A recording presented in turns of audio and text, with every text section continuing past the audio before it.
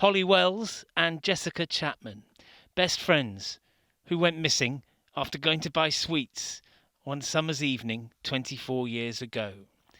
Their disappearance sparked an intense search involving hundreds of police officers and volunteers in and around the small town of Soham in Cambridgeshire. One of those volunteers was Ian Huntley, a school caretaker who gave interviews to the media about how he had supposedly spoken to the girls on the day they went missing. I keep reliving that conversation and thinking perhaps something different could have been said, perhaps kept them here a little bit longer, maybe changed events.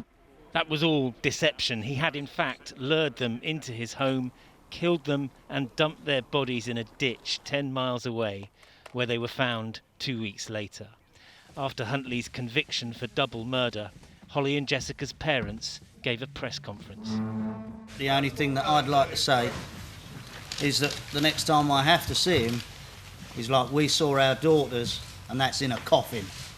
Huntley was assaulted several times during his time in jail, but 22 years into his life sentence, he received fatal injuries at the maximum security prison at Frankland. He was on cleaning duty in a workshop when he was bludgeoned with a metal pole by another prisoner. His assailant is thought to be Anthony Russell, a convicted murderer and rapist. Huntley came to the kind of wretched end many will think he deserved, but the impact of his crimes lives on.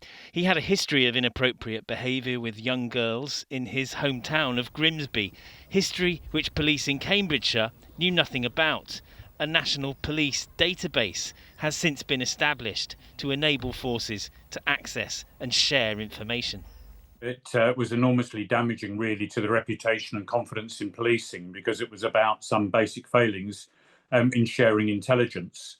So, it had a profound impact on policing. And thinking back now, after all that time, it's hard to think of a case which has had more profound impact, not just on policing, but in effect on the whole of society.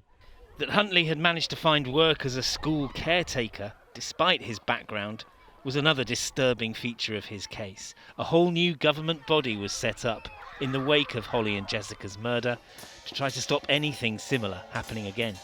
Anybody now who is going to work with vulnerable people, children, anybody who works for social services, education or health, I think has to be completely vetted to a very high level.